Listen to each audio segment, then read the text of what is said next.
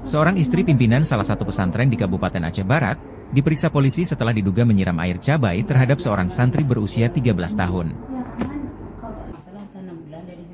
Aksi penyiraman tersebut terjadi di salah satu pondok pesantren di Kecamatan Pante Cerumen, Kabupaten Aceh Barat setelah korban mendapatkan sanksi yang diduga melanggar aturan pesantren setelah ketahuan menghisap rokok.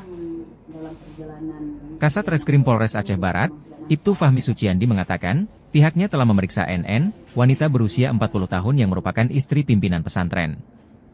NM diduga sebagai pelaku penyiraman air cabai terhadap santri yang masih di bawah umur. Polisi masih mendalami kasus ini dan melakukan pemeriksaan terhadap terduga pelaku. Tadi malam terhadap peristiwa tersebut kita sudah menerima laporan dari orang tua korban. Selanjutnya kita langsung melakukan pemeriksaan secara intensif kepada korban. Kemudian saksi-saksi juga. Hari ini kita sudah melakukan juga pemeriksaan atau mengamankan yang kita duga pelaku penyiraman air cabai ini kepada salah satu santri. Ini akan kita dalami apakah ini memang SOP di daerah tersebut atau ini memang perbuatan yang melanggar hukum. Sebelumnya sebuah video yang memperlihatkan seorang anak yang tengah dimandikan, kesakitan hingga melompat ke bak penampungan air viral di media sosial.